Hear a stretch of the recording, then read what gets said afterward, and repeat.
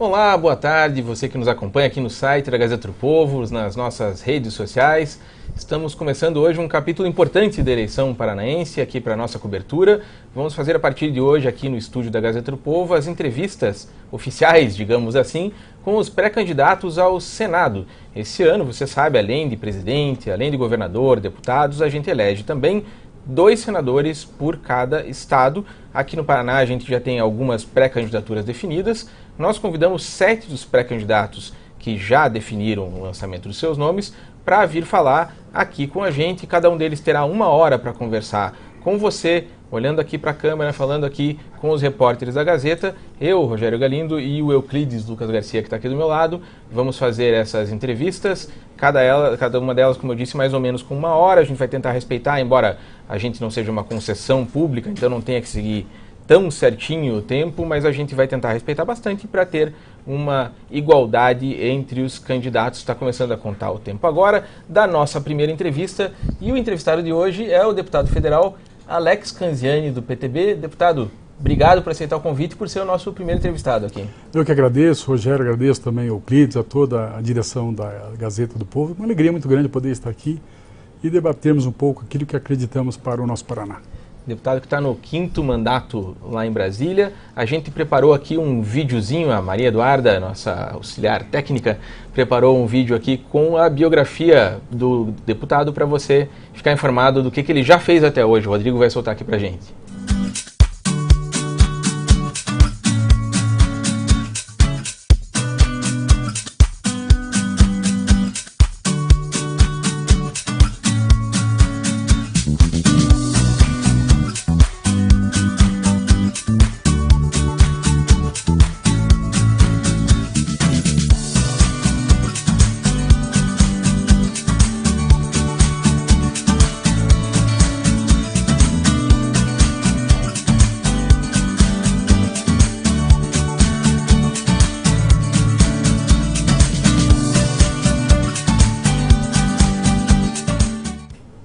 Então você já está acompanhando aí o deputado Alex Canziani, que está no 5º mandato, começou a carreira lá em Londrina, né, que é a sua terra natal, e já no começo da carreira virou vice-prefeito na época do prefeito Bellinati, né, que foi um clássico da política londrinense, né, e na época o senhor virou deputado federal pela primeira vez e vem seguindo essa carreira em Brasília. É um passo grande passar para o Senado, né, a gente sabe que de deputado federal para senador, a diferença de votos é muito grande. Para deputado, o senhor foi o segundo mais votado na última eleição, com 187 mil votos, mas para o Senado a gente imagina aí uma votação mínima aí de 2 milhões, 2 milhões e meio, dependendo do quadro.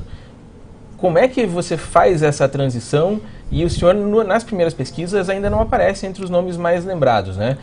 Como é que o senhor imagina que vai poder virar esse jogo? Primeiramente, né, dizer que ao longo da nossa caminhada, nós estamos chegando a 30 anos de vida pública, 2 mandatos de vereador, o presidente mais jovem da história da Câmara Municipal, vice-prefeito e 5 mandatos de deputado federal, sendo também secretário de Emprego aqui do Paraná. Ao longo desses anos nós procuramos nos desafiar, a gente poder dar a nossa contribuição da melhor maneira.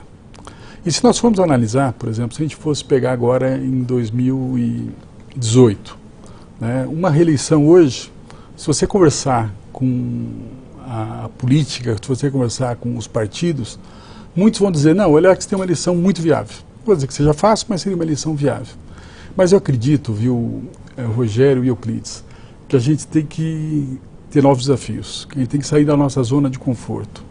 E eu estou, juntamente com a nossa equipe, avaliando o quadro, avaliando os possíveis postulantes ao Senado Federal, e mais do que isso, a necessidade que o Paraná tem de ter senadores que trabalhem em prol do Paraná, senadores que tenham um compromisso do nosso Estado, senadores que tenham a visão de que, independente de quem seja o governador, independente de quem seja o presidente da República, o senador tem que ter compromisso com o seu Estado, tem que estar ao lado das lutas do Paraná, tem que estar lá buscando atender a necessidade da nossa população, tem que estar lá com o foco no sentido de poder atender aquilo que o nosso Estado precisa. E é com esse espírito, com essa vontade, é com essa determinação, é com essa energia que eu coloco meu nome à população do Paraná para que eles possam avaliar, primeiro, o meu passado, tudo aquilo que eu fiz nos cargos que disputei, todas aquelas ações que nós fizemos ao longo dos anos em prol do desenvolvimento de algumas regiões do Estado, né, que o meu foco era para algumas regiões, o próprio trabalho que eu tenho feito ao longo desses anos pela educação, né, e agora vai caber à população avaliar se nós merecemos, então, estar ocupando a relevante posição de senador do Paraná, para que eu possa, com a mesma vontade, com a mesma determinação, trabalhar em prol do fortalecimento do nosso Estado. E, deputado, alguns analistas apostam que o senhor, que é um nome relativamente novo para uma eleição majoritária, algumas pessoas apostam que o senhor pode ser um segundo voto. Em tese, a gente tem dois nomes muito fortes, que são Beto Richa e Roberto Requião, que foram governadores, etc. E, em tese, são votos conflitantes, né? Uma pessoa que vote no Beto não deve votar no Requião. Isso abriria um espaço para um segundo nome. O senhor trabalha com essa hipótese também? Olha, eu acredito o seguinte, né, é uma eleição com 2 votos, a população vai votar 2 vezes, até muita gente não sabe disso ainda, né, vai votar 2 vezes, e é óbvio, eu vou colocar o meu nome para ser o primeiro por parte da população. Né. Agora é óbvio, se vier votos de um lado ou de outro, por que não? Mas eu acredito que a minha vida, a maneira como eu tenho me portado ao longo desses anos, as conquistas que a gente vem tendo nas mais variadas áreas, na área da educação, a inovação que a gente tem feito, não só no Paraná, mas também de ações que a gente faz lá na nossa base, principalmente. Né? Se você pensar, uma coisa que me entusiasma muito é a questão de consórcios municipais. Nós estamos com uma experiência, até outro dia a Gazeta fez uma matéria com relação ao consórcio municipal de educação.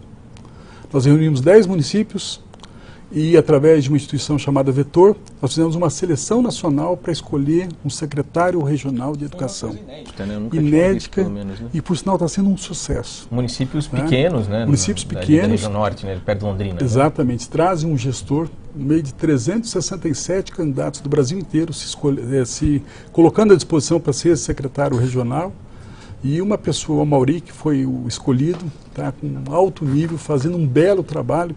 E eu não tenho a menor dúvida que essa ação que nós fizemos lá vai acabar sendo um novo paradigma para a educação brasileira. O próprio ministro hoje, né, que era o secretário de Educação Básica, que era o professor Rossielli, ele já, enquanto secretário, ele já era um entusiasta dessa ideia. E ele, agora como ministro, ele falou, como ministro eu quero ver essa experiência em loco aí no Paraná.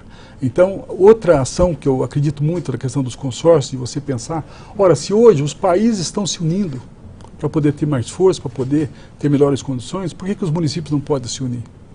E nós temos um outro consórcio, por exemplo, que é voltado para a questão da infraestrutura dos municípios, questão de asfalto, por exemplo, que é um grande sucesso também no Paraná. Como também os consórcios na área da saúde. Então, nós temos essa visão de a gente não procurar a solução individualmente, mas a gente poder pensar soluções para regiões, para o Estado como um todo. E eu quero levar essas ideias, eu quero levar essas inovações para que a gente possa também no Senado pensar de que maneira nós podemos atender melhor a nossa população, de que maneira nós podemos atender melhor o sonho das pessoas, ajudar a viabilizar um Paraná melhor para todos. Deputado, todas essas questões que o senhor está tratando são questões regionais, municipais, né? E o senhor falou, né? Como deputado, normalmente os deputados atendem uma pequena base, por exemplo, no senhor mais no norte do Paraná, né? Ali região de Londrina, né? No Senado, além disso, normalmente a gente espera que o senador trate das questões macro, né? Macroeconomia, por exemplo, né? Ou as grandes questões nacionais, ainda mais num período turbulento como esse que a gente vive, né? Um governo que foi derrubado por impeachment, outro que tem sua legitimidade questionada.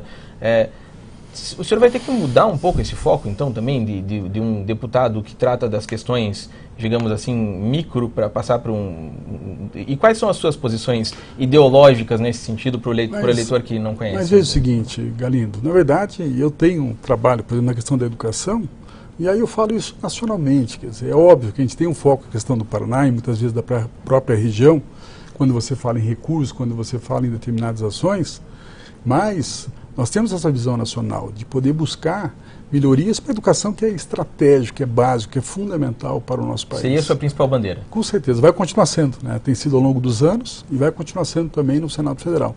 Quero dar minha contribuição para que a gente possa pensar a educação do país como um todo. Agora é óbvio. Mas na questão da educação, por exemplo, assim, qual seria a sua bandeira dentro da educação? Também tem a ver com recursos ou é uma questão de mudar a visão que a gente tem da educação? Eu acho que tem a questão, por exemplo, hoje nós temos um momento importante, nós estamos vivendo a educação brasileira, né?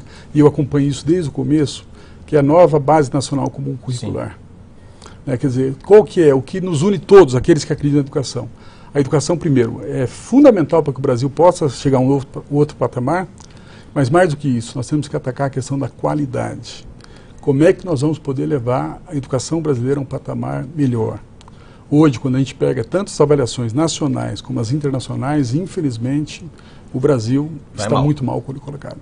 Então, nós precisamos ter um olhar muito claro nesse sentido para o Brasil como todo, e, obviamente, temos que ver também a questão do Paraná. Então, por exemplo, algumas coisas que eu acho que a gente precisa trabalhar. Primeiro, a questão da Base Nacional Comum Curricular. Não podemos ter um currículo para quem mora aqui na periferia de Curitiba e outro currículo para quem está lá no Acre, que tem lá em São Paulo. Nós temos que ter uma base nacional comum. Isso já foi feito, já foi homologado na base da Fundamental 1 e Fundamental 2, desde a educação infantil. E há poucos dias atrás nós tivemos, inclusive, no Conselho Nacional de Educação, quando o Ministério entregou, então, para o CNE, a base do ensino médio. E a expectativa é que esse ano ainda nós tenhamos a homologação do ensino médio. Então eu acho que esse vai ser um marco importante para a educação brasileira. Porque baseado nessa Base Nacional Comum Curricular, o que nós vamos ter? Primeiro, os municípios e os estados passam a fazer os seus currículos, porque a base não é o currículo, é uma base para que se faça daí o currículo, com todas as questões que nós temos regionais, com todas as particularidades que os municípios e os estados têm.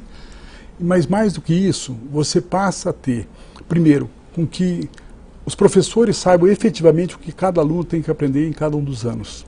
O aluno vai saber também aquilo que tem que aprender. E os próprios pais vão poder acompanhar aquilo que o seu filho tem que aprender em cada um dos anos da educação básica. Isso, já, na minha visão, já vai ser um ponto muito importante. E para frente, o que aliado a isso, nós temos a questão, por exemplo, da formação de professores, que é uma coisa fundamental para o país. Ou nós teremos melhores professores, professores mais qualificados para poder atender a demanda, né? Ou nós não vamos conseguir melhorar. Então a base também vai influir decisivamente nisso. Outra questão importante, né, quer dizer, a própria valorização dos professores e a questão da liderança. Né? Eu sou uma pessoa que eu gosto muito de ler, eu leio muito sobre a questão da liderança, e a liderança na escola tem um papel fundamental.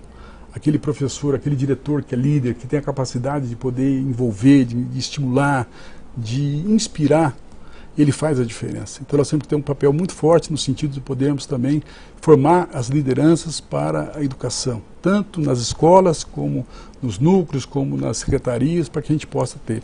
Como a própria vinda desse secretário regional foi exatamente para que nós pudéssemos trazer, então, um nome diferenciado para poder, uma liderança diferenciada para poder pensar a educação no caso de 10 municípios. E, deputado, a gente está tratando do tema de educação, que é a sua principal área de atuação. E no governo Cida Borghetti, que se iniciou há poucos dias, é atribuído ao senhor, por exemplo, a indicação da nova secretária, que foi chefe do núcleo em Londrina, etc.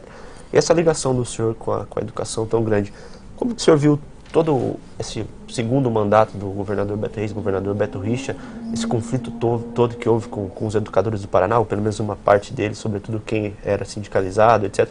Como é que o senhor acompanhou todo esse processo e ver tudo que passou agora passado? Até porque o Beto é seu companheiro de chapa, né? Meu companheiro de chapa, é.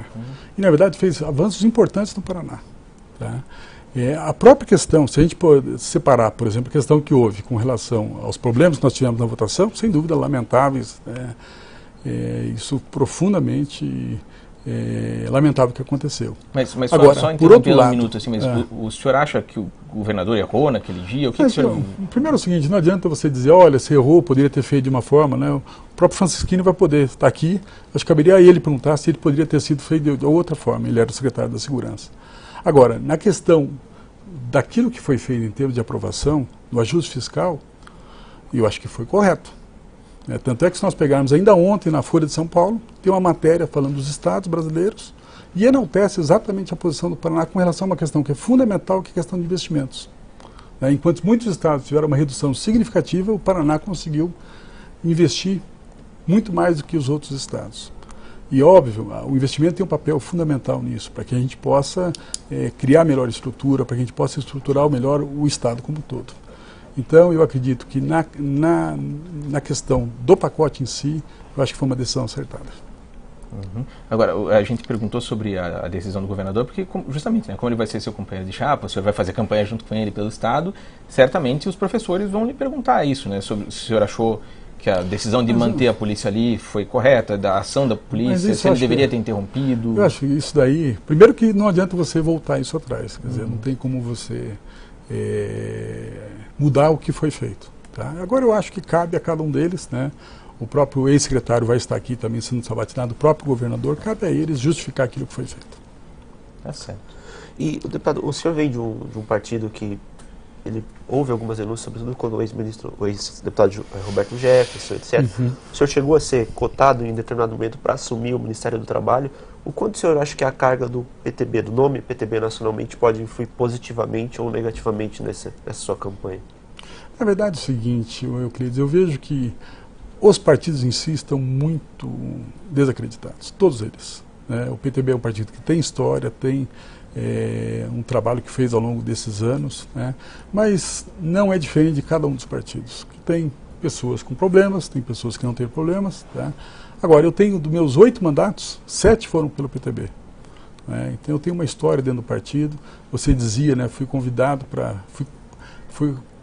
Quase virei ministro, né? Na verdade, houve uma bancada que queria que naquela época eu fosse... Aquela polêmica da Cristiane Brasil, não, antes né? até, logo no início do governo Temer, o meu nome foi indicado para que Mas naquele momento também, né? Quando apareceu aquela gravação da Cristiane Brasil, e ela foi aí a própria bancada vetada, voltou, aí a própria bancada voltou a falar no meu nome, mas eu dizia o seguinte, não seria correto com o país, né, eu ficar poucos dias e depois sair, porque eu seria candidato, né, nessas eleições. Então, naquele momento eu nem cogitei essa possibilidade, mas no início, né, houve essa possibilidade. Aí, na verdade, houve uma disputa entre o partido e a bancada e acabou surgindo o deputado Ronaldo, que foi um terços ali para poder resolver aquela questão. Falando de Brasília, da sua atuação lá, uma das questões mais polêmicas que a gente teve nos últimos 4 anos foi justamente a substituição da Dilma pelo Temer, né? O senhor votou pelo impeachment da presidente, mas depois também votou 2 vezes contra a abertura de procedimentos investigatórios no caso do presidente Michel Temer, né? E muita gente diz que o Temer usou emendas parlamentares para mais ou menos se livrar dessas denúncias, fazer com que os parlamentares impedissem a abertura da investigação. O senhor foi um dos parlamentares que mais recebeu emendas no Brasil, né? Se não me engano, ficou em segundo, um dos 5 primeiros lugares, se não me engano, com 11 milhões, me corrija se eu estiver errado. O senhor acha que existe essa ligação entre a liberação de emendas e o julgamento do Temer? Por que o senhor votou por não abrir investigação contra o Temer? Olha, primeiro o seguinte, até essa pergunta é importante até. Primeiro o seguinte, não é o fato, né, quando você acredita em uma determinada posição que você vai tomar, não é o fato de ter emendas ou não ter emendas que vai fazer. A Dilma poderia ter me dado 500 milhões de emenda que não me faria votar a favor dela. Por quê? O Brasil estava entrando em parafuso, o Brasil estava num declínio econômico e ela não tinha a menor condição de poder tocar o governo, não tinha base, mas não tinha tinha crime de responsabilidade? Vamos tocar nesse assunto. A questão não é essa, a questão é política. O meu voto é político. Eu votei porque a Dilma não tinha a menor condição de continuar o governo. Mas seria a um Constituição desastre. exige o crime de responsabilidade, né? Não, mas aí que está. O voto do deputado, ele é um voto político. Tá? Cabe a ele avaliar se, na minha visão, ela não tinha condição política. Tá? Existia... Na verdade é o seguinte, você pega uma determinada questão para poder dizer que houve um determinado crime, mas aí a avaliação política. Tá? E na minha visão, ela não tinha a menor condição de continuar. Seria um desastre. Tanto é que nós passamos a pior crise da história econômica do Brasil. Tá? Agora, com relação ao Temer. Então, se ele deu emenda ou não, isso não mudaria meu voto de hipótese alguma. O que é que me levou a votar? Primeiro que não foi a absolvição dele. Foi o seguinte... Investigar depois do mandato. Vai ser investigado. Então, logo termine o mandato dele, e está poucos meses, ele vai ser investigado por tudo aquilo que está sendo... Né, e ele pode ser julgado, condenado, preso, inclusive. Tá? Agora, naquele momento, que o Brasil estava retomando sua economia, será que valeria a pena criar mais uma instabilidade para o país? Valeria a pena você tirar o presidente da República naquele momento? Na minha visão, não. Mas então, na verdade, o senhor falou que a decisão é política, né? Sim. Mas aí não fica parecendo que são 2 pesos? Porque num caso, assim, embora talvez não tivesse crime, tira. No outro caso, embora talvez tenha crime, nem se cogita em pensar, ou seja... Mas é que tá, mas é que estou dizendo, meu voto é político. Eu voto com aquilo, na minha visão, o melhor para o país. E na minha visão, o melhor para o país era tirar Dilma, e naquele momento não era absolver, e volto a frisar, não foi absolvição do Michel Temer. O que o Congresso, a Câmara disse o Porque seguinte, são denúncias graves que pesam contra sem ele. Sem dúvida, né? e ele vai ter que responder por isso. Eu não tenho dúvida com relação a isso. E vai ser investigado, vai ser julgado e pode ser até condenado e preso. Tá? E isso, agora, na minha visão, naquele momento não seria o mais adequado para o Brasil, que estava retomando sua economia, estava aprovando medidas importantes. Na minha visão, seria ruim para o Brasil se a gente criasse mais uma instabilidade naquele momento. A gente tem uma pergunta da repórter Catarina Scortetti, que é a nossa correspondente em Brasília. E mandou um videozinho para a gente aqui com uma pergunta para o senhor. Acho que o Rodrigo já está com ela no ponto, é isso? Então vamos lá. Olá, colegas da Gazeta do Povo, deputado federal Alex Canziani. A minha pergunta é a seguinte. No final do ano passado, a primeira turma do Supremo Tribunal Federal determinou o afastamento do senador Aécio Neves, do PSDB, do seu mandato, na esteira das delações da JBS.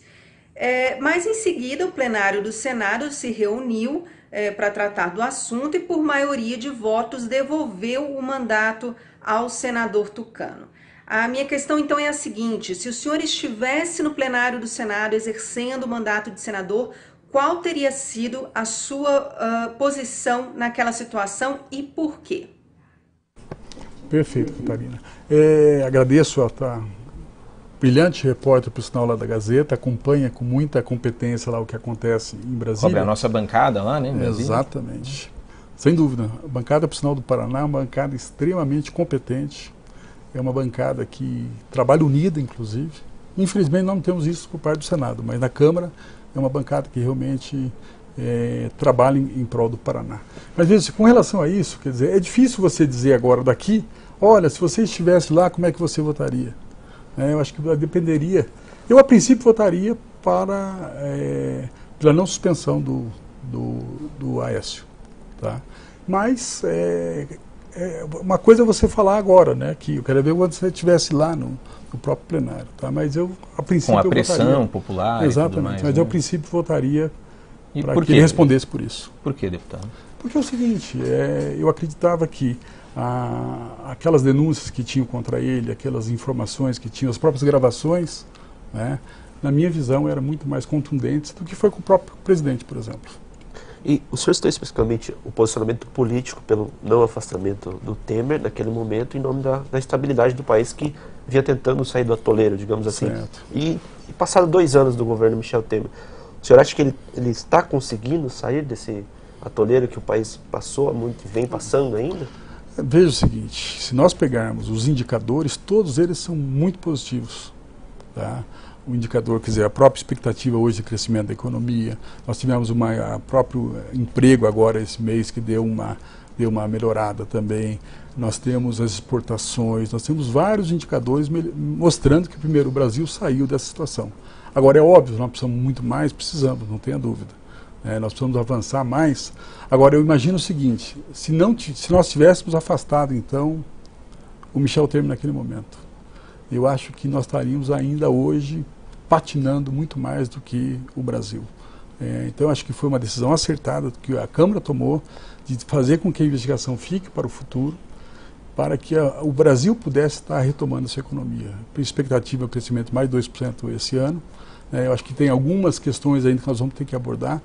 A reforma da própria tributária, a reforma previdenciária, que nós vamos ter que estar no próximo mandato, independente de quem seja, né? E quem disser que não é mentira, nós vamos ter que avaliar e nós vamos ter que pensar isso, né, para as próximas gerações, do que é que nós queremos para o Brasil.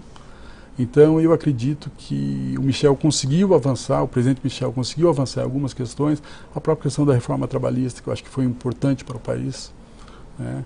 Agora, vai caber ao próximo governo, então, que nós não sabemos quem vai ser, para que continue com reformas que o Brasil precisa disso. O senhor falou do Michel Temer, né, das denúncias, a gente estava tratando aqui, e já adiantando aqui que o que eu vou falar não quer dizer em nenhum momento que o senhor tenha sido investigado, não teve nada do gênero, mas o senhor, na penúltima campanha, em 2010, recebeu 360 mil reais da JBS, que é justamente a empresa que, né, esteve no centro aí de todo esse furacão do Michel Temer, né?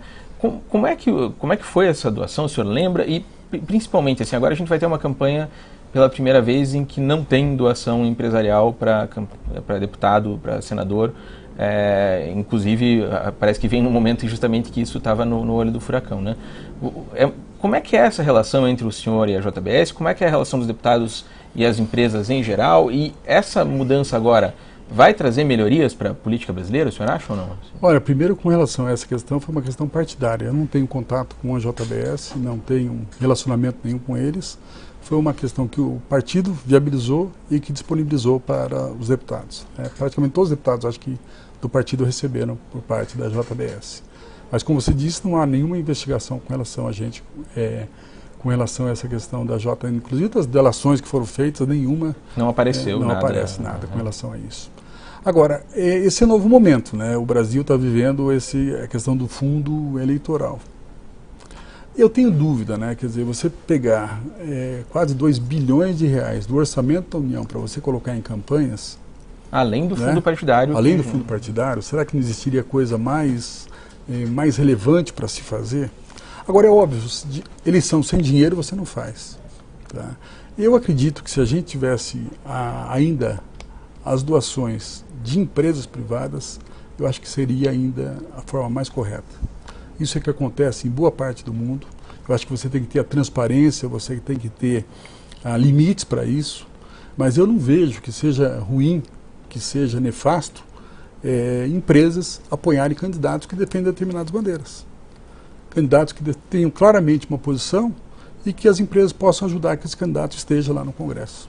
Então, você tirar 2 bilhões praticamente, fora o fundo partidário, você tirar da saúde, da educação, tirar das mais variadas áreas, na minha visão, não é o mais correto. Mas não ajuda a diminuir a corrupção, a evitar, por exemplo, que as empresas façam o que a JBS fez, né? Mas é que tá, mas a JBS tomou uma dimensão completamente fora da realidade. Nós precisamos ter limites, aí sim. Acho que nós precisamos ter uma condição para que não haja essa dimensão que houve por parte da JBS. Agora, numa democracia, é óbvio que você precisa de dinheiro para poder fazer campanha, e é óbvio também que, na minha visão, as empresas podem participar disso. As empresas podem, de uma forma lícita, como acontece em vários outros países, né, poderem colaborar. Por que nós temos que pegar o dinheiro público para poder efetivamente fazer essa campanha? Tá? Vamos ver como é que vai ser esse mecanismo, como é que vai funcionar isso na prática. Né? Quer dizer, será que uma campanha para deputado federal com 2 milhões e pouco, será que será suficiente com a eleição?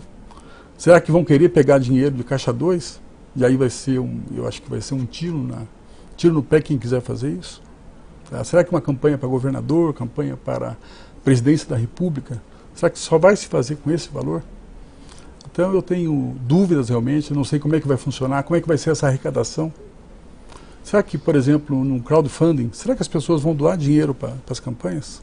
Será que o cidadão normal vai falar, eu vou colocar dinheiro num determinado candidato porque eu acredito nele?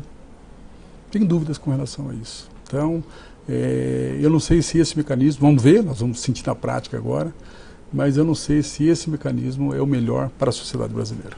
E, deputado, o senhor vai fazer a primeira, digamos assim, grande eleição majoritária da sua vida, que depende muito do candidato a governador e também do candidato a presidente, ao qual o seu partido, a sua candidatura vai estar atrelado. Pessoalmente, que posição o senhor defende que o PTB nacional tome com relação à eleição presidencial? O senhor tem um candidato de preferência? Como é que o senhor vê isso hoje? Veja o seguinte, quando a gente pega os possíveis candidatos, nós não sabemos quem vai ser candidato ainda. Pode surgir novos nomes, inclusive. Tá? Mas dos nomes que estão aí, eu acho que aquele que teria uma possibilidade, em função de ter sido governador de um estado muito forte, que é São Paulo, que teria uma base, se bem que não saiu tão bem do estado como saiu na vez anterior. Tá? E eu acho que hoje o partido está mais próximo, seria do Alckmin. Tá? Mas eu acho que o Alckmin e o Dória, o senhor prefere quem? Eu acho que o Dória seria o melhor candidato. O Dória seria mais afirmativo, o Dória não teria alguns problemas que já levantaram com relação ao próprio Alckmin. Né? Então, eu acho que pode ser até uma possibilidade. Pode ser que haja essa mudança, inclusive, dependendo do que acontecer até a convenção. Porque, na verdade, é o seguinte, nós temos muito tempo até a convenção. As convenções, até porque nós diminuímos o prazo de campanha, nós vamos ter a convenção de 20 de julho até 5 de de agosto. Faltam 2 meses, 3 meses. Tem muita coisa que pode acontecer nesse sentido. Então, na minha visão, o Dória seria um candidato mais competitivo. A gente falando de eleição e não do senhor aqui no momento, mas a sua família tem uma outra candidata dessa vez, o senhor indo para o Senado, a sua filha vai tentar assumir a sua vaga de deputada federal, é isso? A Luísa? A Luísa é uma menina que desde que muito pequena ela sempre acompanhou, sempre gosta, com certeza ela está nos acompanhando agora aí, porque ela vibra com a política, ela tem... É PTBista também. PTBista também. Né? E olha, está tendo uma receptividade muito boa. Não só em Londrina, mas da região, dos prefeitos que a gente tem relacionamento. Então, olha, pode ser uma deputada mais jovem do Paraná. Quantos anos tem ela? 22. E com certeza é um novo talento da política brasileira que nasce. Escreva isso. Eu sou suspeito, eu sou pai. Suspeito, né? Exatamente. Mas para quem acompanha, sabe da quantidade de cursos que ela tem feito, do quanto ela se dedica a isso, eu não tenho a menor dúvida que ela vai ser uma pessoa que vai ser muito melhor que o pai. E todos nós torcemos. Melhor deputada que a senhora. Com certeza. E todos nós torcemos como pais, e você que vai nascer sua filha. Eu estou no terceiro já. Já tem terceiro, né? Quer dizer, o que nós queremos? É que nossos filhos possam ser melhores que a gente. Né? E eu espero que a minha filha, e tem tudo para ser, melhor do que eu fui na política. Tá certo. A gente vai estar exatamente na metade da entrevista, a gente vai passar para a segunda parte, que são os grandes temas nacionais que o senhor vai provavelmente se deparar caso seja eleito, né?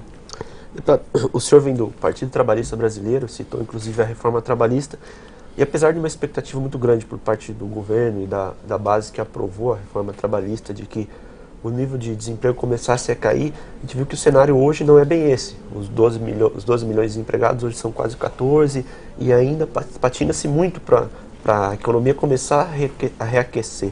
O senhor acha que foi importante, era ter sido feito daquela forma, já que há muitos questionamentos, inclusive do Ministério Público do Trabalho, sobre alguns pontos, etc. É preciso... Tem até juízes dizendo que não vão seguir a reforma. Mas isso é um absurdo, né? Quer dizer, você pegar uma legislação que foi aprovada pela Câmara, o Senado também referendou, a Presidência da República sanciona e tem juiz dizendo que não vai.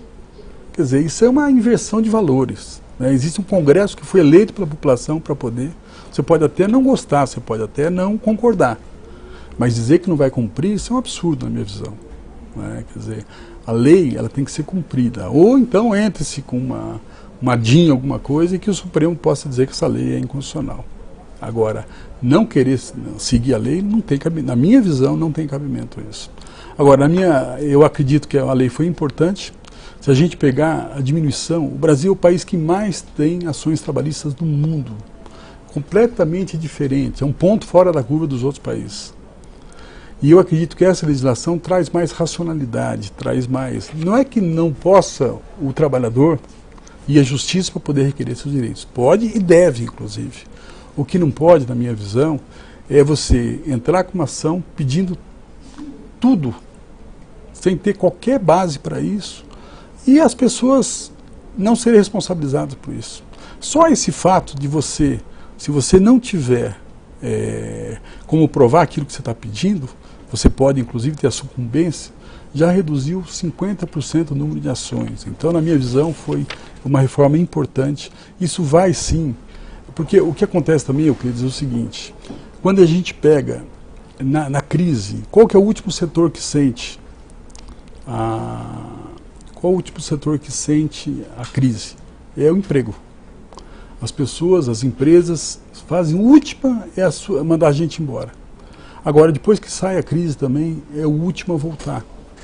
Porque as empresas se adequaram, fizeram uma adaptação, então é a última que volta, é a questão do emprego. Mas se a gente pegar, eu acho que está tendo uma retomada, vai ter esse ano, eu acredito que vai ter uma retomada. Agora, o Brasil precisa crescer para poder gerar mais empregos e mais oportunidade para as pessoas. Justamente a crítica que se ouviu mais foi justamente essa, né? Porque quando se fez a reforma, muito se dizia que não, agora com isso a gente resolve em boa parte o problema do desemprego, porque as empresas vão ter custo menor, vai ter uma oportunidade maior de sobrar dinheiro em caixa e contratar mais gente. E a gente não viu isso ainda na prática acontecer. Será que não houve aí um excesso de otimismo, ou talvez o discurso, na verdade, na hora da aprovação não bata com a prática? O que emprega, na verdade, é a economia crescendo, a economia se fortalecendo, é você gerando, é isso que gera oportunidades. Tá? Eu acho que a legislação trabalhista, ela vai poder trazer um patamar mais avançado essas relações. Tá? E vai gerar emprego também, porque a economia está se retomando aí. Então, na minha visão, foi uma decisão acertada por parte do Congresso. É óbvio, 100%, pode ser alterado alguma coisa? Pode ser discutido, pode ser avaliado. Agora, na sua maioria, acho que foi um avanço para o país essa legislação que nós fizemos. E o senhor que esteve no Congresso aí, atuando nesse último mandato, um outro ponto do governo Temer que chegou a ser discutido, mas acabou não sendo votado, principalmente em virtude das denúncias, foi a reforma da Previdência. Havia uma discussão muito grande sobre a idade mínima, o tempo de contribuição, etc. E o senhor mesmo aqui já disse que o próximo presidente vai ter que enfrentar esse tema. Que visão o senhor tem desse tema específico e será possível enfrentar esse tema diante do quadro que o país apresenta hoje? Temos que enfrentar isso. Tá? Independente, e tem que ser no primeiro ano, inclusive. O próximo presidente, na minha visão, ele tem que ter essa visão clara e tem que ter, inclusive, a clareza daquilo que ele pretende fazer, para que logo no início possa ser encaminhada ao Congresso uma reforma previdenciária. E é óbvio, nós temos que pegar quem? Principalmente os que mais se beneficiam da Previdência. Hoje nós temos uma Previdência que você tira dos pobres para dar para os ricos, para dar para os mais favorecidos, aqueles que têm melhores salários. Isso é completamente injusto. Agora, que tipo de reforma? Nós vamos ter que ver quem que vai se eleger e que tipo de reforma que ele vai encaminhar para o Congresso. Mas basicamente o senhor está dizendo que tem que diminuir o custo da Previdência, assim, é isso? Veja, é o seguinte, nós vamos ter que... Hoje nós temos uma expectativa de vida maior. Nós não podemos pessoas se aposentar com 45 anos, 50 anos. Nós vamos ter que trabalhar mais. O mundo inteiro está fazendo isso. Isso não é só no Brasil. Isso é na Grécia, são todos os países. Na Argentina. A Argentina aprovou recentemente, inclusive, uma reforma. Mas por quê? E não adianta, vai ser a última reforma? Não. Daqui a alguns anos, Deus queira que a gente precisa fazer uma nova reforma, inclusive. Porque as pessoas não vão estar com 74, 75 anos, a expectativa de vida vai ser 80, 80 e tantos anos. E aí é fundamental. O que nós estamos tendo? Uma diminuição da quantidade de pessoas que estão nascendo no Brasil. O crescimento demográfico está sendo menor. E aliado a isso, nós temos uma expectativa de vida maior. Então a conta não fecha. E essa é uma questão crucial para que a gente possa manter o equilíbrio fiscal. Isso é fundamental para o Brasil. Quando a gente pensa, se nós não tivermos um equilíbrio fiscal, isso fica insustentável, como é na nossa casa. Se você está ganhando 100 e você gasta 110, não vai fechar essa conta. Agora, não vai exemplo, dar certo uma isso. crítica que mais o pessoal da esquerda faz, né, é que o país gasta muito mais, por exemplo, com dívida pública do que com previdência, né? E o candidato de outro partido trabalhista, né, o Ciro Gomes, por exemplo, tem dito que a reforma previdenciária que o Michel Temer pretendia fazer era injusta, na opinião dele, porque não levava em conta desigualdades regionais. Por exemplo, lá no estado dele, no Ceará, ele diz que as pessoas, em geral, não chegam à idade mínima em certas profissões, em certos municípios, que seria necessária para a aposentadoria. O senhor acha que, tendo em vista essas duas críticas, a reforma previdenciária que o Michel Temer pretendia fazer, e parece que não vai conseguir, é justa, não era justa? Qual é o modelo que o senhor acha melhor? Aí eu acho que nós vamos ter que ver o que o novo presidente vai colocar isso para a sociedade, vai colocar, e acho que nós vamos, inclusive, poder comunicar melhor a importância que a reforma tem. Né? Mostrar à população que tem que ser feita, independente de quem seja o próximo presidente, independente de se seja de direita ou de esquerda, vai ser feita. Quem disser para você, cidadão, que não vai fazer, é mentira. A situação do país fiscal está chegando numa situação que vai ficar ingovernável o país. Nós não vamos ter dinheiro para nada. O que está vendo está sendo comprimindo todas as outras áreas. Tirando dinheiro da educação, tirando dinheiro da saúde, tirando dinheiro de todas as áreas, porque a Previdência cada vez mais vai tomar volumes maiores de dinheiro. Então, vai ter que ser feito isso. O próximo governo, queira ou não, e eu espero que ele faça isso logo no início, porque daí você tem um capital político, você tem uma condição melhor do próprio Congresso para poder discutir essas questões, né? Porque se perder também esse primeiro ano já fica muito mais difícil essa discussão. Tá? Agora, o Brasil vai ter que passar por isso. Né? Nós temos que fazer. Agora, que tipo de reforma vai depender de quem vai ser o presidente. Por exemplo, a questão da dívida pública, ótimo, como é que você faz para diminuir essa dívida pública? deixa de pagar a dívida. Como é que você faz para você, na tua Por exemplo, tem muita pessoal? gente que defende uma auditoria. O senhor é a favor disso ou não? Pode fazer, mas veja o seguinte, o PT ficou durante tantos anos, defendeu isso a vida inteira. Né? Nunca fez, né? Uma coisa é o seguinte, uma coisa é quando você está fora, aí você fala, olha, eu queria fazer isso, foi muito bonito. Outra coisa é quando você tem a responsabilidade do mandato, quando você tem a responsabilidade de você votar aquilo que é efetivamente importante para o país. Aí que vem. Uma coisa é o discurso fácil, é a votação fácil, né? Quer dizer, nós entendemos isso, que é óbvio, eu acompanho as mídias sociais, eu acompanho pesquisas, agora eu tenho que ter responsabilidade com o meu país, responsabilidade com o meu Estado. Né? Eu tenho que ser, como eu dizia lá no começo, eu tenho que ser a favor do Paraná, independente de quem seja o governador, independente de quem seja o presidente da República. Se tiver uma demanda do Estado, eu tenho que estar lá, porque eu vou ser eleito para defender os interesses do nosso Estado do Paraná. E essa postura que nós temos que ter. E às vezes você tem que tomar posições difíceis.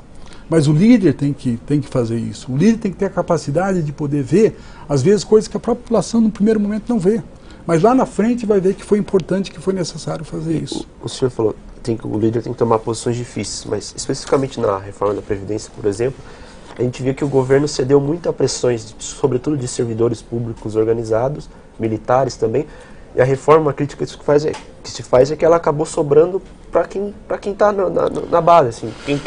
Quem recebe menos acabou ficando com maior. Exatamente. Como vencer essa resistência tão grande? Porque na verdade é o seguinte, as corporações são muito organizadas, são pequenas, mas extremamente organizadas, tem uma pressão muito grande. Você tem pressão na tua casa, você tem pressão onde você vai no supermercado, onde você vai na Câmara, esses grupos de pressão são muito fortes. Né? Ao passo que a população, na sua maioria, ela não tem essa capacidade de poder fazer valer a sua voz. Esse é o problema. E para essa grande maioria nós temos que efetivamente votar. Né?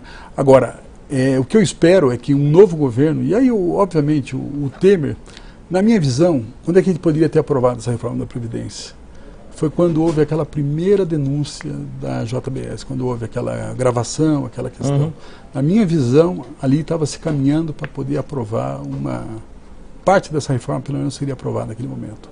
Quando houve aquela denúncia, aquela gravação, aí que, na verdade, se inviabilizou qualquer tipo de votação, como não votou até hoje. Então, eu acredito que o próximo presidente da República vai ter que ter esse discernimento. E eu espero que se fale isso durante a campanha, viu, Euclides? Viu, Galindo? Que os presidentes hábeis tenham o compromisso com o país de poder discutir e dizer claramente o que vão fazer depois de eleitos, para que não haja também. Você não pensa que a reforma da Dilma não era diferente muito do que era do Temer, não. A Dilma, poucos dias antes de sair, ela dizia, nós precisamos fazer a reforma da Previdência, precisamos fazer a reforma do ensino médio.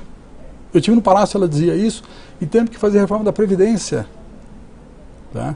Trabalhista, ensino médio, previdência, porque são pautas que independem de quem é governo, são pautas que o país precisa passar, com todos os problemas que tem em votações difíceis como essa. A gente tem uma pergunta aqui de um internauta que mandou com o nome de José Cunha, perguntando o que o senhor acha do fim do foro privilegiado. Sou favorável, inclusive votei, quando foi feito, alguns anos atrás, eu votei contra a instituição do foro privilegiado e já assinei, inclusive, PEC nesse sentido também. Foi aquela PEC que nós assinamos com relação foi o segundo grau. Mas eu sou favorável que não tenha o foro privilegiado. Deixa eu aproveitar e perguntar, a gente está passando por essa turbulência toda da Lava Jato, né? O que o senhor acha da Lava Jato em si e especificamente do caso do ex-presidente Lula?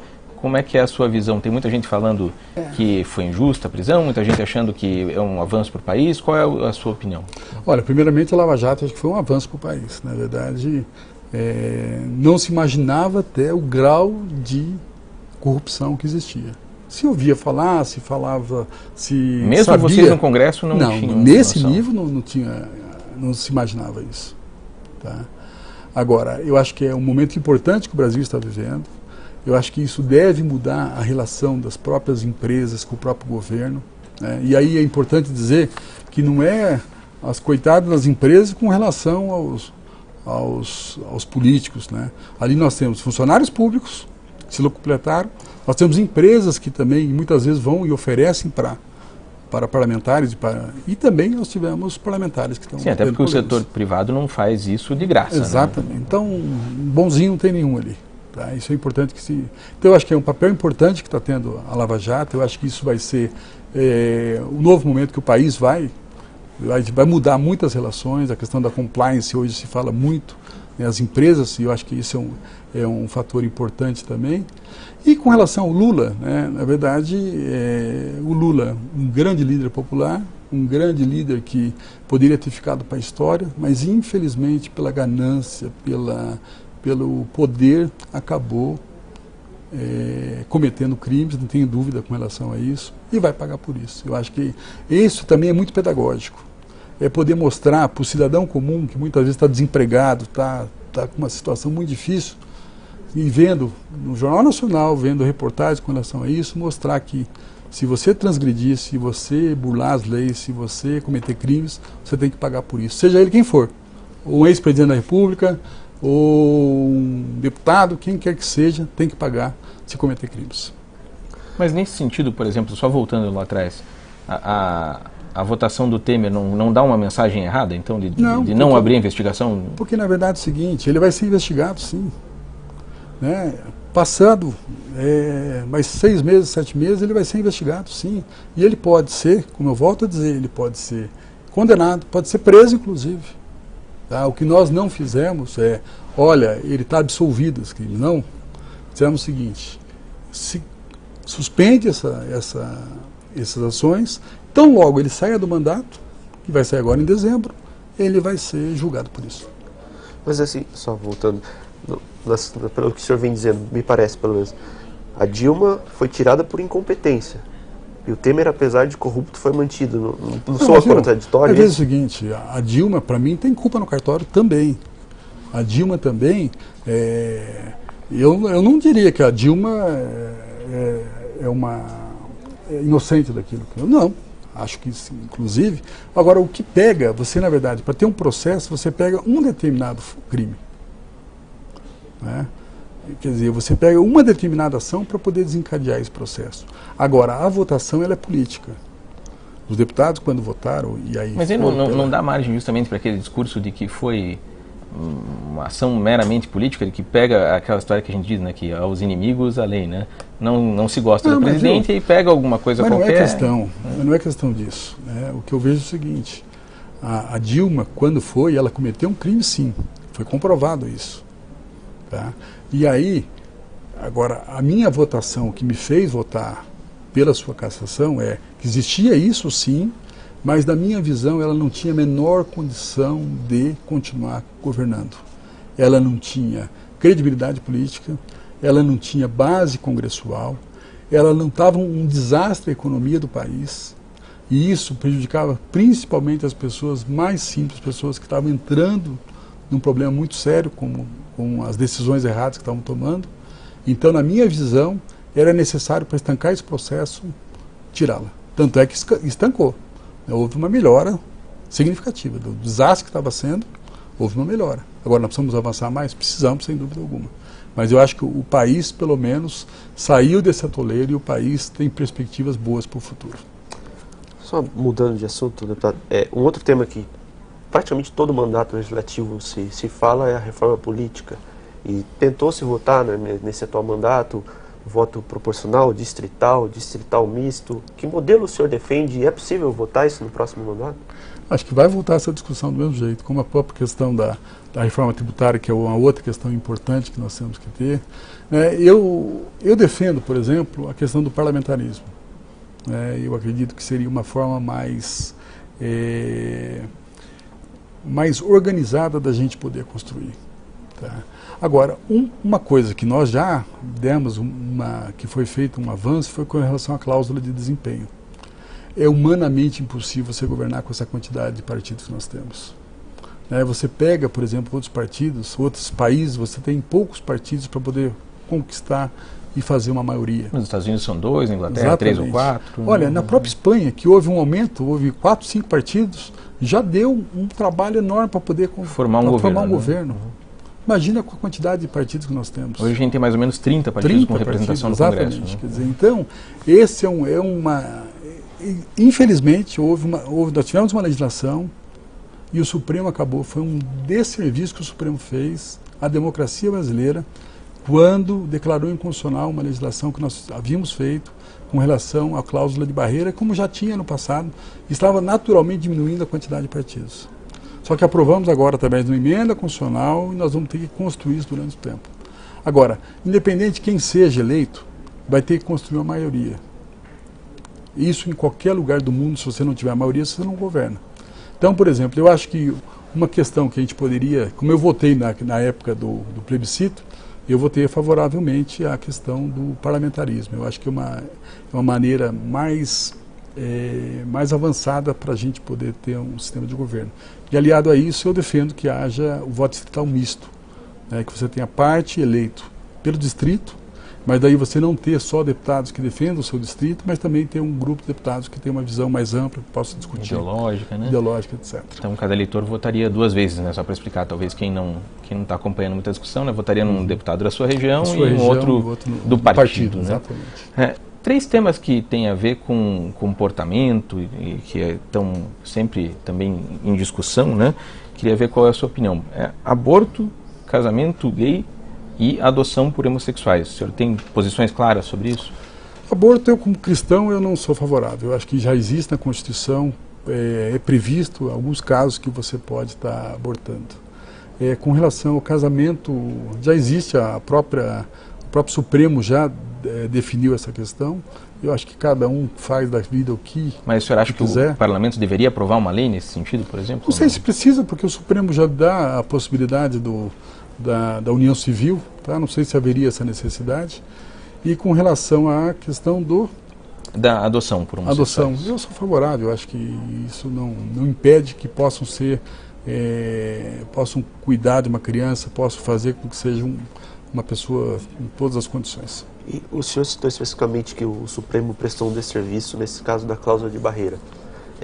Diante da total, digamos assim, descredibilidade que o Legislativo especificamente vive hoje, o senhor acha que ele perdeu, digamos assim, a força que tinha para o Supremo? O Supremo passou a legislar muito em causas que não deveria entrar? Mas, viu, esse é um problema que nós estamos vendo também. Quer dizer, o Supremo acaba se miscuindo em muitas coisas que já estão deliberadas pelo próprio parlamento.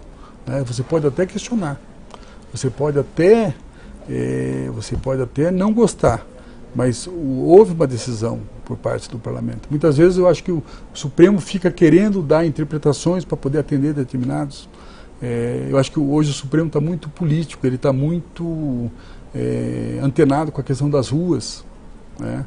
Coisas que você não vê em outros países, por exemplo. Você vê o ministro dando entrevista todo dia na televisão, dando posições com relação a essa matéria ou aquela outra. Será que isso é correto? Eu acho que nós precisamos ter o Supremo um poder moderador, um poder mais equilibrado, para que as grandes questões do país, por exemplo, de questões de constitucionalidade, fossem discutidas lá. Eu vejo que hoje o Supremo dá mais ibope ao Supremo do que muitas outras instituições do país. Deputado, para encerrar, a gente faz aqui um pequeno bate-bola para que o leitor conheça melhor o senhor, seus gostos e o que, que o senhor, quem o senhor admira, por exemplo. A gente começa com a seguinte pergunta aqui, agora são respostas mais objetivas, mais rápidas. Qual foi o seu primeiro emprego? Primeiro emprego, eu tinha uma lanchonete que eu vendia garapa e pastel. Lá em Londrina? Em Londrina, exatamente. Que ano isso? Que idade o senhor tinha? Ixi, mas eu tinha 16 anos, 17 anos. Mas era sua já? Era da minha família, eu trabalhava lá. Só um parênteses, a gente mostrou ali no seu perfil inicial que a profissão do senhor é registrador de imóveis. O que exatamente faz um registrador de imóveis? Registro imóveis. Né? Sou serventuário da Justiça e registro imóveis. Se bem que eu estou afastado há muitos anos. O senhor fez concurso? Fiz um concurso, exatamente. Um livro que o senhor gosta? Olha, eu gosto muito do livro, eu sou um leitor voraz. Né? Inclusive, acabei de ler agora esse fim de semana o TED Talks, né? Falando sobre o TED. Eu gosto muito de discurso, eu gosto muito de poder TED Talks, para quem não conhece, são aquelas palestras curtas. Palestra do TED, né? Exatamente. Tá? Então, mas eu gosto de livros de Mas se biografia. fosse para dizer um livro da sua vida, assim. Olha, eu tenho um livro que eu gosto muito, que é uma pessoa que eu já ouvi várias vezes, chama-se Refém na Mesa de Negociação. É um livro que fala de liderança, é um livro que fala sobre negociação, é um livro que fala sobre vida. Eu gosto muito dessa... O senhor lembra do nome pessoa. do autor? Né? É Cole Reiser. O nome dele, mas o sobrenome é Cole Reiser. Ele é um professor lá de uma escola na Suíça. George Cole Reiser. Tá? Chama-se Refém na Mesa de Negociação. Pra você ter ideia, esse livro já comprei acho que uns 50 exemplares dele. Fica dando para as pessoas. Eu fico dando para as pessoas, porque até de uma editora de Curitiba até. Ah, é? Eu compro e eu acabo, porque eu sou um entusiasta daquele livro, gosto muito do autor. Um filme que o senhor gosta? Um filme, tem um filme que aí eu me lembro do meu pai, que é o Cinema Paradiso, um filme que eu achei muito bonito. Uma música, não um estilo musical, uma música. Uma música, Luísa, em homenagem à minha querida filha. Do Tom Jobim. Tom Jobim e Chico Buarque, acho, né? Não sei se é o... Não, acho que é só Tom Jobim, né? Tom Jobim, é. Um político que o senhor admira? Olha, o Churchill, tá? Se eu perguntar no Brasil, Mário Covas, eu tinha uma admiração pelo Mário Covas, uma pessoa que eu acompanhei e conheci, inclusive, então eu tenho uma lembrança muito boa do Mário Covas. Inclusive de momentos difíceis que ele passou, uma das posições que ele teve. E uma personalidade sem ser político daí que o senhor também acha inspiradora? Meu avô, Severo de Rudim Canziano, uma pessoa que teve um papel fundamental na minha vida e eu tenho uma lembrança muito boa dele. E agora a parte saia justa aqui da entrevista, que a gente pede para o senhor fazer um elogio para cada um dos seus concorrentes mais fortes, pelo que a gente imagina. No caso são 6, eu vou dizer o nome da pessoa, o senhor diz uma coisa que o senhor acha positiva nessa pessoa. Começando aqui, aleatoriamente, pelo Ney Leprevaux, que é o próximo que vai estar aqui na quarta-feira, já fazendo propaganda, quarta-feira, 11 da manhã, Ney Leprevaux deve estar aqui. Jovem determinado. Jovem determinado. Exatamente. A Cristiane Yared. Fez da vida uma causa, e com sucesso, inclusive. Seu colega de chapa, o governador Beto Richa. Inovador, um bom governo, com problemas sim, mas fez um bom governo e merece estar no Senado Federal também. Flávio Arnes. Eu acompanhei o Flávio Arnes, que é uma pessoa extremamente agradável, tenho uma muito boa relação com ele, gosto muito da pessoa do Flávio Arnes. Fernando Francischini. Francischini é muito defensor das suas posições, algumas até eu não concordo, mas ele tem muita crença naquilo que ele acredita e defende com unhas e dentes. E para terminar, Roberto Requião. Roberto Requião. Esse foi o primeiro que o senhor parou para pensar. É uma pessoa que não é o estilo que eu gosto. Tá? Eu faço a política para construir. Eu acredito que a política é a arte da construção. Mas nós temos que reconhecer que ele é uma pessoa que conseguiu ter sucesso ao longo de tantos anos. Pessoa que foi prefeito, foi senador, foi governador. Então, é um estilo que não é o que eu gosto, mas tem que reconhecer que deu certo para ele. E para encerrar, a gente tem aqui um minutinho ainda para o senhor olhar para a câmera ali, falar diretamente com o eleitor e dizer por que, afinal, o senhor acha que deve ser senador pelo Paraná a partir de 2019. Bom, primeiro agradeço a oportunidade, dizer que é um privilégio poder estar aqui, dizer que eu sou leitor assíduo também da Gazeta, acompanho os artigos de vocês, acompanho o próprio Euclides, volta e meia, nós conversamos também a respeito das questões da política, e dizer que nós somos movidos a desafios. E eu acredito que, ao longo desses anos, da maneira como a gente tem trabalhado em prol de uma região, de um estado como um todo, mas nós podemos dar uma contribuição ainda maior. E eu acredito que a gente possa ser um senador que possa lutar pelas causas do Paraná, pelas causas da agricultura, da agropecuária, pelas causas da educação, pelas causas do desenvolvimento. Nós precisamos planejar o nosso estado, nós temos que fazer com que o estado tenha uma perspectiva e um futuro melhor. E eu acredito que através de pessoas que possam estar no Senado Federal, trabalhando em prol das causas do Paraná, nós consigamos avançar. Quero ser um senador presente, quero ser um senador que trabalhe pelo nosso Estado, que esteja à disposição, independente de quem seja o governador, quem seja o presidente da República, mas que tenha um compromisso muito grande para poder desenvolver um trabalho em prol da nossa sociedade, que seja um senador que possa, independente dessa questão política, mas possa pensar o Estado como um todo, um Estado com mais oportunidades para a nossa gente. E eu que há tantos anos acompanho a política do nosso Estado, acompanho a necessidade da nossa população, eu acredito que eu possa ser um senador municipalista, um senador que vai atender aquilo que os nossos municípios precisam, vou ser um senador inovador, pensando outros projetos para que a gente possa alavancar o desenvolvimento do Estado, e vou ser um senador que com muito trabalho vai poder ajudar a construir esse nosso Paraná, esse Estado que nós amamos e que nós queremos que possa ser um Estado melhor para todos nós.